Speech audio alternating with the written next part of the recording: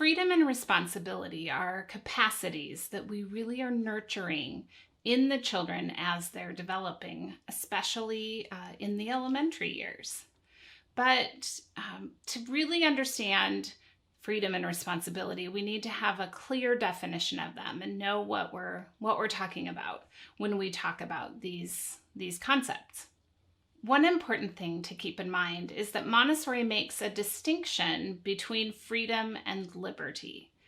They're often used as, almost synonyms for one another, but when Montessori's talking about freedom, she's talking about that internal capacity that is developed within each individual.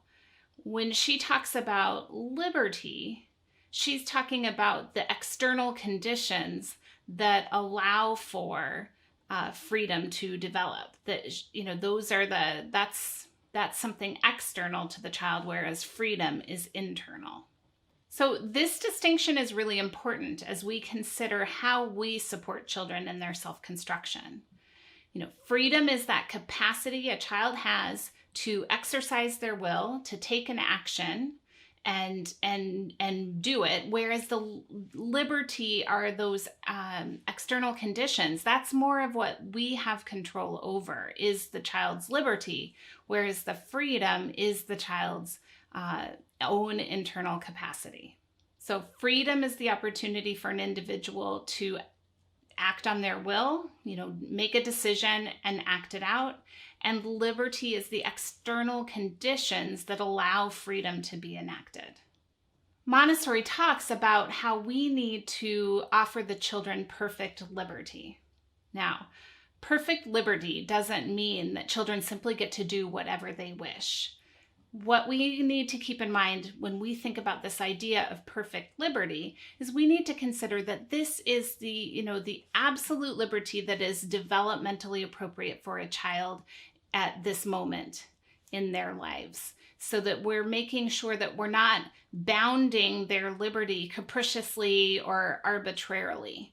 That we're really being responsive to each individual child as we're considering those external conditions that allow them to exercise their developing freedom. So this is where we have a connection between freedom and liberty. It's only in an environment of perfect liberty, well-designed and thought out liberty appropriate for the child, that the child can have true freedom. If we bound it in some way, we're not giving the child the opportunity to exercise and practice their capacity for freedom. Freedom requires that opportunity to act. And so if we're limiting their opportunity to act, then we're not allowing them to really exercise their freedom. Simultaneously, freedom requires an ability to act as well. And so, if we look at an infant on the floor and say you're free to move wherever you want, but the child doesn't have that ability, that's not freedom either. Okay, so freedom and liberty, it's important to remember those two distinctions as we use those words and think about that and how we work with the children. And it's also important to really take a look at what we mean by responsibility.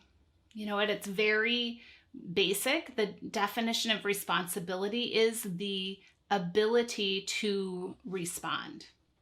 So when we're talking about responsibility, we're talking about a child's ability to act and respond to something they have done. So responsibility is really a commitment to accept and respond to the consequences of an action.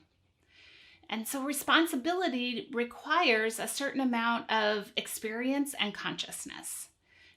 We don't expect an infant to exhibit a lot of responsibility. The only thing the infant needs to do is notify us of discomfort so that we can help solve the need for food or change or whatever.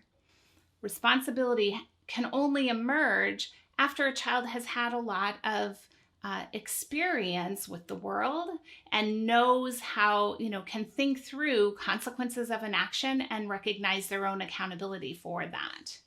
Responsibility tends to emerge from a lot of mistakes. Children learn what it means to take responsibility for something when they fail or make a mistake. And it comes from experience and practice, and also from intimacy and relationship. We develop responsibility for those things that have meaning to us, that we feel connected to those people who we have a close relationship with, or that piece of work we cared about, or that environment that means so much to us. Whatever it is, that responsibility emerges not from direct teaching, but from relationship and connection. So we have to keep in mind that we aren't going to teach a child to be responsible. A child is going to learn responsibility through experience and relationship.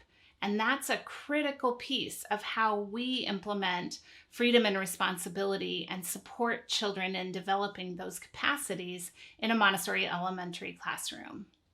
Now, there's a number of other sort of basic concepts that we have to further define so that we can really understand how freedom and responsibility functions in practice in the elementary classroom.